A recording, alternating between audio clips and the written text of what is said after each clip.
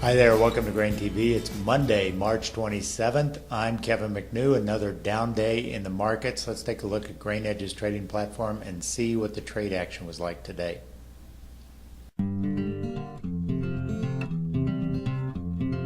Grain started the week in negative territory with wheat and soybeans seeing more pressure than corn. On the opening bell, soybeans pushed to new lows on this move, trading down to 968 before finding modest buyers to keep it above 970 most of the session.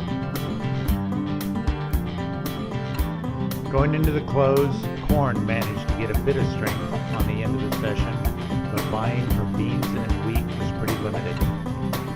On the settle, corn was down a quarter, beans was down 4 1/4, while Chicago wheat lost 4 and Kansas City wheat lost 6 3/4.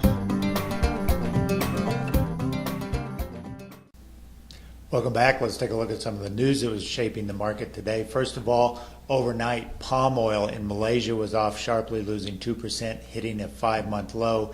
In addition, Dalian futures in China were off. Soybeans were off 27 cents a bushel following Friday's sell-off in Chicago. So those two factors alone were certainly enough to push the bean market down in the open this morning.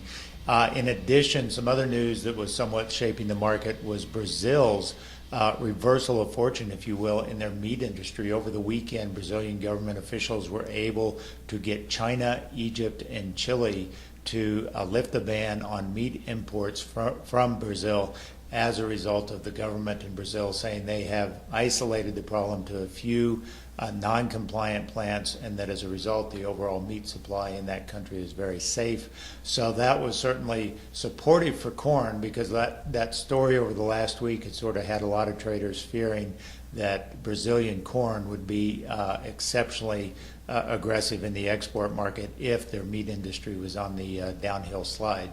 Other news out today in outside markets. We came back from the weekend and Friday's debacle of the healthcare reform bill, and we saw equity markets and the U.S. dollar trade down. Overnight, they were down as much as 1% on equity futures, but managed to cut those gains or cut those losses to about 0.5% by going into the close here today. Nonetheless, the U.S. dollar has hit its lowest mark since early November, just after the election.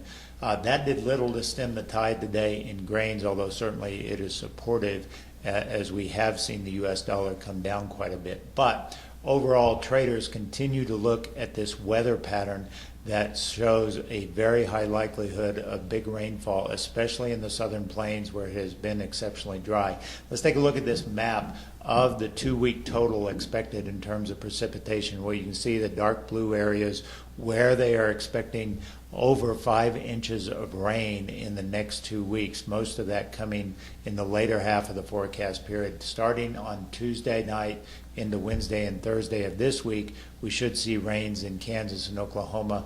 Around 1 inch is expected, but the cumulative total over this 2-week period shows about 3 inches in that central southern plains area and 5 inches into Missouri, where it has been exceptionally dry as well. So that really has the wheat market, especially Kansas City wheat, on a downhill slide, giving up 7 today on July futures. Let's take a look at export inspections. These were certainly nothing to write home about. Corn came in above expectations by just a nose, coming in at 1.556 million metric tons. That's up from last week's 1.3 number, and above expectations. It ranged from 1.2 to 1.5.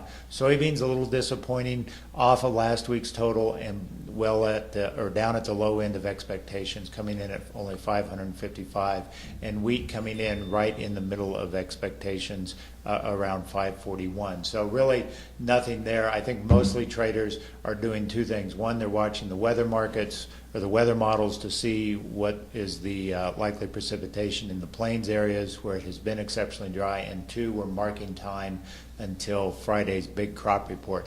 Two big numbers to watch for there. Obviously the acreage number reports will be important, as well as the quarterly stocks report. So both of those things have the potential to swing this market fairly substantially. We will be talking in the coming days about those expectations and what traders are looking for going into that report.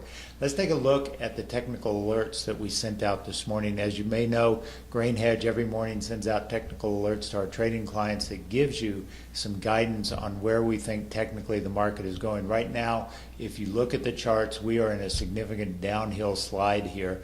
We have been really all of last week. If you look at even the 5-minute hourly bar charts, anything that you look at, you see very little sort of corrective action here. It's been nothing but downhill. So technical alerts is a valuable tool to help you in your decision making. Take some of that emotion out of your trading, out of your marketing, and give you an objective opinion about where the trade may be going. This morning, going into the morning break, our technical alerts pattern on Kansas City wheat showed with the market at 425, we were looking for a move to 420.25, and as a fact, we did hit that mark on the close here, closing right on 420 on front month May futures. So technical alerts, a very valuable tool to help you in that objective marketing that sometimes has a lot of emotion tied to it.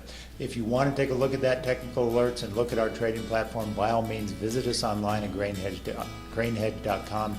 Take a 2-week demo and you'll see all of these tools in action. Have a great day. We'll talk to you on Tuesday.